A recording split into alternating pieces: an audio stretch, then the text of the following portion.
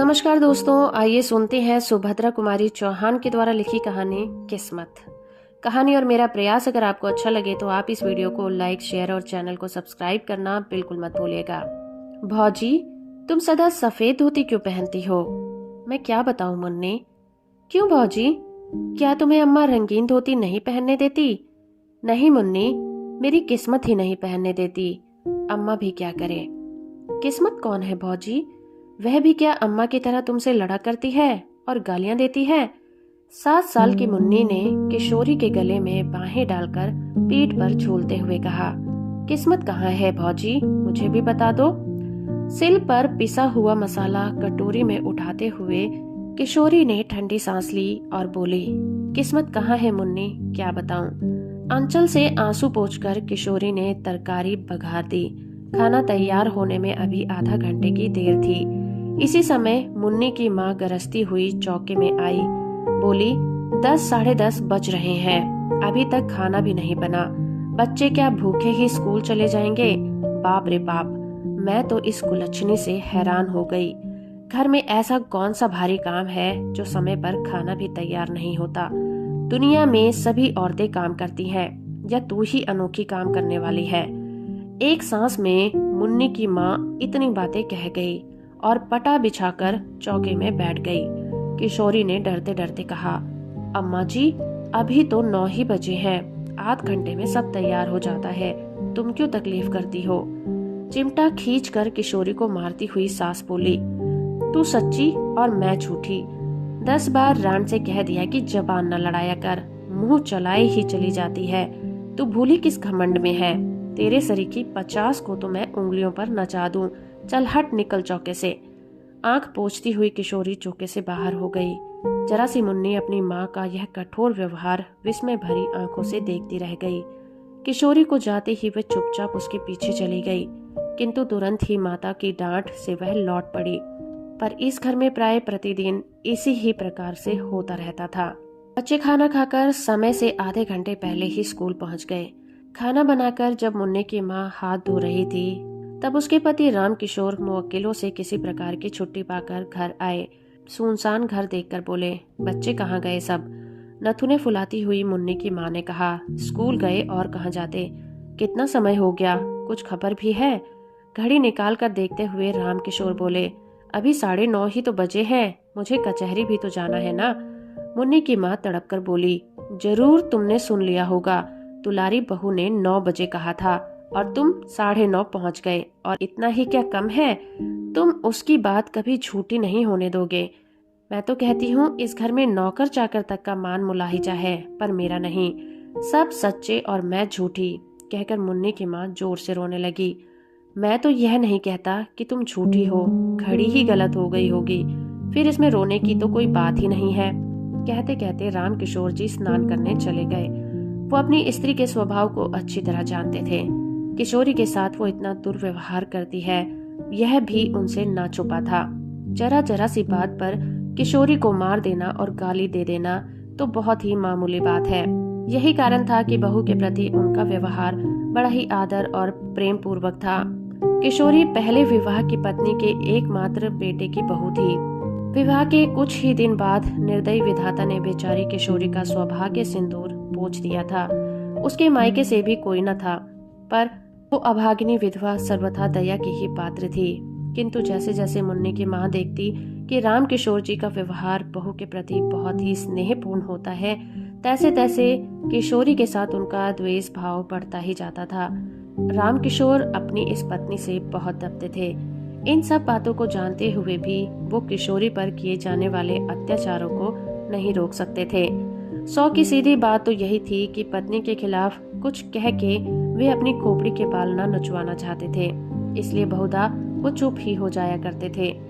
आज भी जान गए कि कोई बात जरूर हुई है और किशोरी को ही भूखी प्यासी पड़ा सहना पड़ेगा। इसीलिए कचहरी जाने से पहले किशोरी के कमरे की तरफ गए और कहते गए कि भूखी न रहना बेटी, रोटी जरूर खा लेना, नहीं तो मुझे बड़ा दुख होगा। रोटी खा लेना, नहीं तो मुझे बड़ा दुख होगा। राम किशोर का ये वाक्य मुन्नी की माँ ने सुन लिया। उनके सिर से पैर तक आग लग गई। मन ही मन सोचा, इस चुड़ैल पर इतना प्रेम, कचहरी जाते जाते उसका लाड कर गए, खाना खाने के लिए खुशामद कर गए। मुझसे बात करने की भी फुर्सत ना थी। खाएगी खाना, देखती हूँ क्या खाती है, अपने बाप का हांड। मुन्नी की माँ ने खाना खा चुकने के बाद सबका खाना उठाकर कहारिन को दे दिया और चौका उठाकर बाहर चली गई। किशोरी जब चौके में गई तो सब बर्तन खाली पड़े थे। भात के बटुए में 2-3 कण चावल के लिपटे थे। किशोरी ने उन्हीं को निकालकर मुंह में डाल लिया और पानी पीकर अपनी कोठरी में चली गई। आज राम किशोर जी कचहरी में कुछ काम ना होने के कारण जल्दी ही लौट आए। मुन्नी की माँ बाहर गई थी।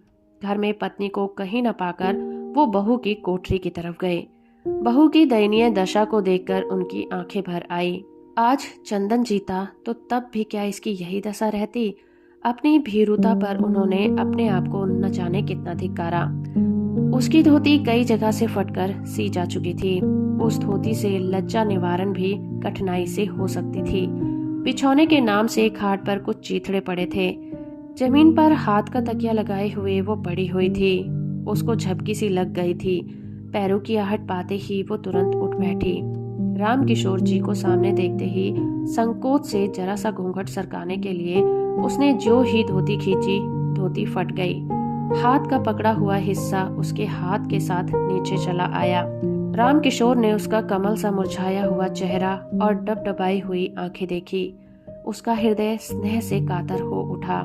वे मातृत्व भरे मधुर स्वर में बोले, तुमने खाना खा लिया है बेटी? किशोरी के मुंह से निकल गया, नहीं। फिर वो संभल कर बोली, खा तो लिया है बाबू। राम किशोर, मुझे तो ऐसा मालूम होता है कि तुमने नहीं खाया है। किशोरी कुछ न बोली। उसका मुंह दूसरी ओर था। आंसू टपक रहे थे और वो नाखून से धरती खुरच रही थी। राम किशोर फिर बोले, तुमने नहीं खाया ना? मुझे दुख है कि तुमने भी अपने बूढ़े ससुर की एक जरा सी बात न मानी। किशोरी को बड़ी ग्लानि हो रही थी। फिर वो क्या उत्तर दे। कुछ देर में बोली, बाबू, मैंने आपकी आज्ञा का पालन किया है। जो कुछ चौके में था खा लिया, झूठ नहीं कहती। राम किशोर को विश्वास ना हुआ। कहारिन को बुलाकर पूछा तो कहारिन ने कहा, मेरे सामने तो बहू ने कुछ नहीं खाया। माँ जी ने चौका पहले ही से खाली कर दिया था, खाती भी तो क्या। पत्नी की नीचता पर कुपित और बहू के सौजन्य पर राम किशोर जी पानी पानी हो गए। आज उनकी जेब में 40 रुपए थे। उसमें से 10 निकाल कर वो बहू को देते हुए बोले, यह रुपए रखो बेटी, तुम्हें यदि जरूरत पड़े तो खर्च करना। इसी समय आंधी की तरह मुन्नी की माँ ने कोठरी में प्रवेश किया। बीच से ही रुपयों को झपट कर छीन लिया। वो किशोरी के हाथ तक पहुंच भी न पाए थे। गुस्से से तड़प कर बोली, बाप रे बाप, अंधेर हो गया। कलजुग जो ना करावे थोड़ा ही है। अपने सिर पर की चांदी की तो लाज रखते। बेटी बहू के सोने घर में घुसते हुए तुम्हें लाज नहीं आई? तुम्हारे ही सर चढ़ाने से तो यह इतनी सरचढ़ी हो गई है। पर मैं न जानती थी कि बात इतनी बढ़ चुकी है। इस बुढ़ापे में भी गड्ढे में ही जा गिरे। राम राम, इसी पाप के बोझ से तो धरती दबी जाती है। वे तीर की तरह कोठरी से निकले। उनके पीछे ही राम किशोर भी चुपचाप चले गए। वो बहुत वृद्ध तो ना थे, परंतु जीवन में नित्य होने वाली इन घटनाओं और जवान बेटे की मृत्यु से वे अपनी उम्र के लिहाज से बहुत बूढ़े हो चुके थे। ग्लानि और शोक से वे बाहर की बैठक में जाकर लेट गए।